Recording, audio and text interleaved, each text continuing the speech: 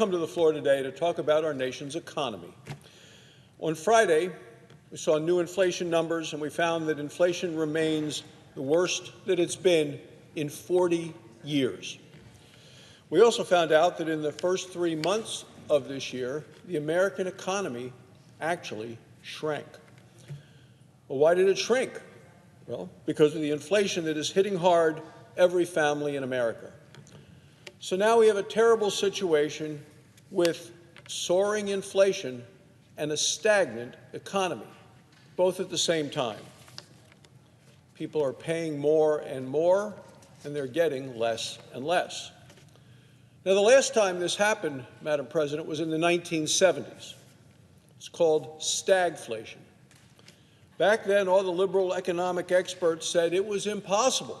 You couldn't have soaring inflation in a stagnant economy, but we did. And now here we are, 50 years later. Same thing again. This is hitting American families like a sledgehammer. And the people are suffering all across this country. Inflation has been so high for so long, the experts tell us it might lead to a recession. Now, a recession is when the economy shrinks for 6 months. We're already halfway there. Joe Biden the other day said everything was fine. He said he was not concerned at all about a recession. He said no one is predicting a recession right now. Well, that's just not true. Maybe he's not listening, but people within his own administration are predicting additional dire economic times ahead. Look, our economy has underperformed projections in 4 out of the last 5 quarters since Joe Biden has become president. Joe Biden's own labor secretary admits a recession is a real likelihood. Last month, Deutsche Bank predicted a recession by the end of next year.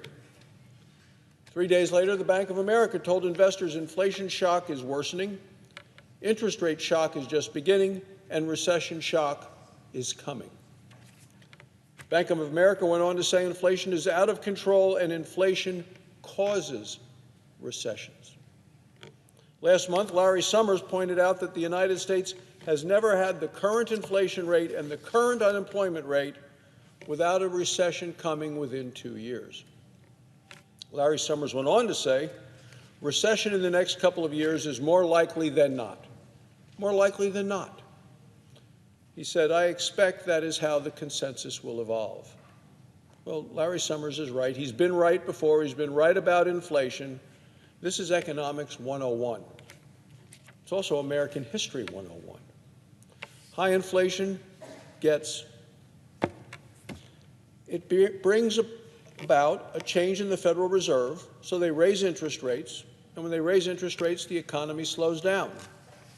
That's what we're seeing. Inflation is the worst it's been in 40 years, and in March, the Federal Reserve raised rates for the first time in 4 years. The Fed is widely expected to raise rates again very soon. Easy to see where this is all going. Joe Biden's inflation will soon lead to Joe Biden's recession. Now, maybe Joe Biden is hoping that stagnation will be transitory, just like he said of inflation for month after month after month after month after month. But the American people have seen this before. Unlike Joe Biden, the American people are concerned about inflation, and they are concerned about a stagnant economy, and they are concerned about a recession. Apparently, the president likes to laugh about it. In the last 12 months, we've seen the highest inflation ever recorded for household staples like chicken, lunch meat, baby food. Hard to get infant formula now. There's a shortage of that all across the country. The American people are feeling stuck in place.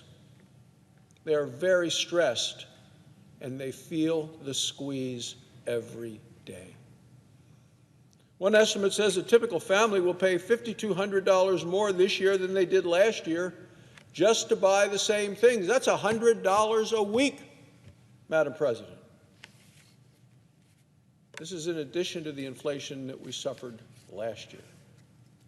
Add the two together, working families are paying much, much more. to buy the same things that they bought 2 years ago.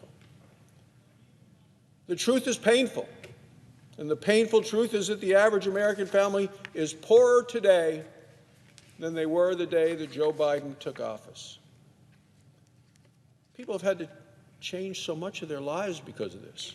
They've had to change the way they drive, had to change the way they shop and eat, had to change the way they live.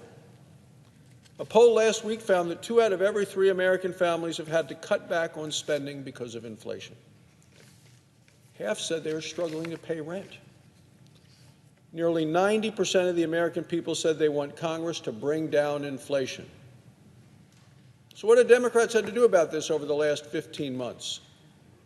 Well, last week the Democrat leader said this. He said he wants to raise taxes. He said it's the only way to conceivably bring down inflation, raising taxes. Well, that may be the only way that Chuck Schumer knows it. I would just say that's not going to bring down inflation, and it's not going to help the economy. Prices are up, interest rates are going up. Now Democrats want taxes to go up on top of it. Energy prices are at record highs. You have to empty your wallet to fill your tank, and yet Chuck Schumer's answer is higher tax rates. With a recession ready to hit the country, Democrats want to take more money out of the pockets of hardworking people. Well, there's not a lot left to take, I would say, to the Majority Leader of the United States Senate and to the President of the United States. It's really no wonder, then, that 2 out of every 3 Americans disapprove of the way the President of the United States is handling the economy. The American people know that Democrats, every one of them, voted in lockstep with Joe Biden for 15 months. They remember every single Democrat in the Senate voted with Joe Biden on his major spending bill.